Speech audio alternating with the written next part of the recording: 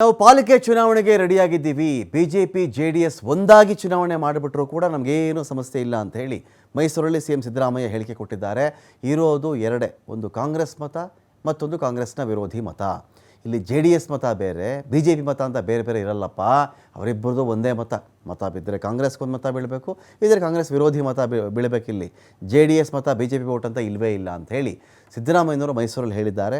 BJP JDS ಏನು ಬೇಕಾದರೂ ಮಾಡಿಕೊಳ್ಳಲಿ ಅಂತೇಳಿ DK ಒಂದು ಕಡೆ ಮಾತಾಡ್ತಾರೆ. ಜೊತೆಯಾಗಾದರೂ ಸ್ಪರ್ಧೆ ಮಾಡಿಕೊಳ್ಳಿ, ಬೇರೆ ಬೇರೆಯಾಗಾದರೂ ಸ್ಪರ್ಧೆ ಮಾಡಿಕೊಳ್ಳಿ, ಅವರಿಬ್ಬರು ಜೊತೆಯಾಗಿ ಸ್ಪರ್ಧೆ ಮಾಡಿಬಿಟ್ರೆ ಒಳ್ಳೇದಪ್ಪ ನಮಗೆ. ಯಾಕಂದರೆ ನೇರ ಹಣಾಹಣಿ ಆದರೂ ಇರುತ್ತವಾಗ, ಇಬ್ಬರು ಜೊತೆಗೇ ಸ್ಪರ್ಧೆ ಮಾಡಬೇಕು ಅವರು ಅಂಥೇಳಿ CM DK ಮಾತಾಡ್ತಾರೆ. ಸುಪ್ರೀಂ ಆದೇಶದ ಪ್ರಕಾರ ಚುನಾವಣೆ ಮಾಡ್ತೇವೆ ಅಂತ DK ಹೇಳಿದ್ದಾರೆ.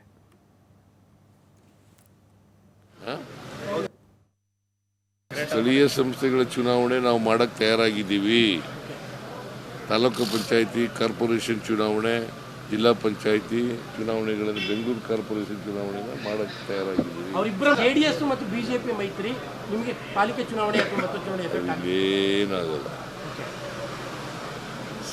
ಬಿಜೆಪಿಯಿಂದ JDS ಇಂದ ಒಬ್ಬರೇ ಕ್ಯಾಂಡಿಡೇಟ್ ಆಗೋದು.